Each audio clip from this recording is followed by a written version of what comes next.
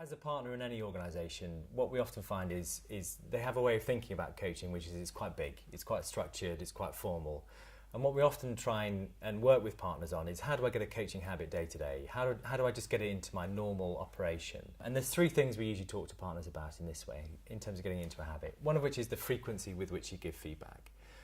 The first thing to pay attention to is the best people in partnerships often operate on the basis of about 2,000 pieces of feedback in a day.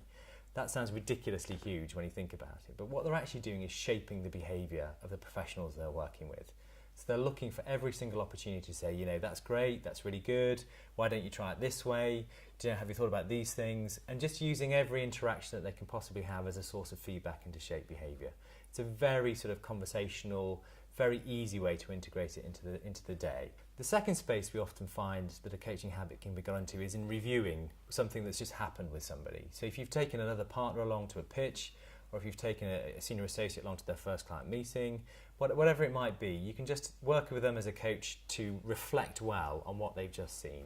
And the two questions we find are very helpful. The first one is to say, what did you just do that worked really well?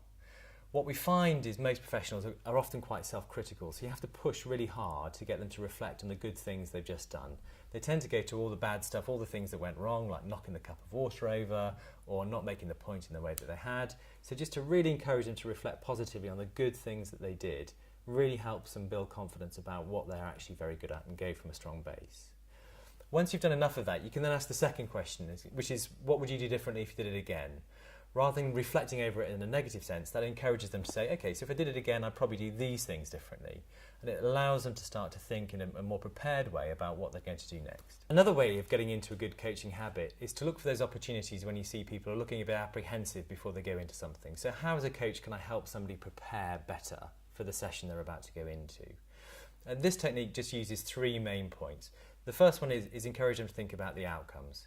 So literally sit with them and say, so what's the best outcome that you want to achieve from this particular meeting or session or whatever it is it might be.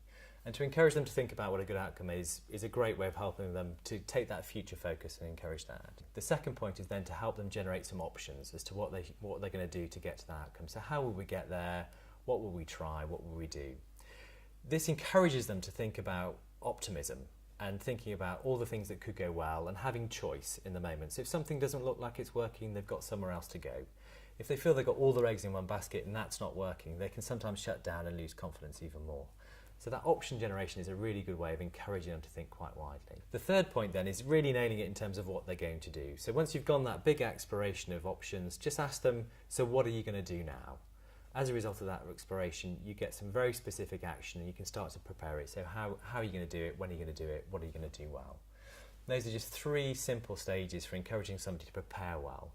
Usually as a result of that, they get more confidence, they feel more able to go into the meeting, and they feel better prepared and invested in from you.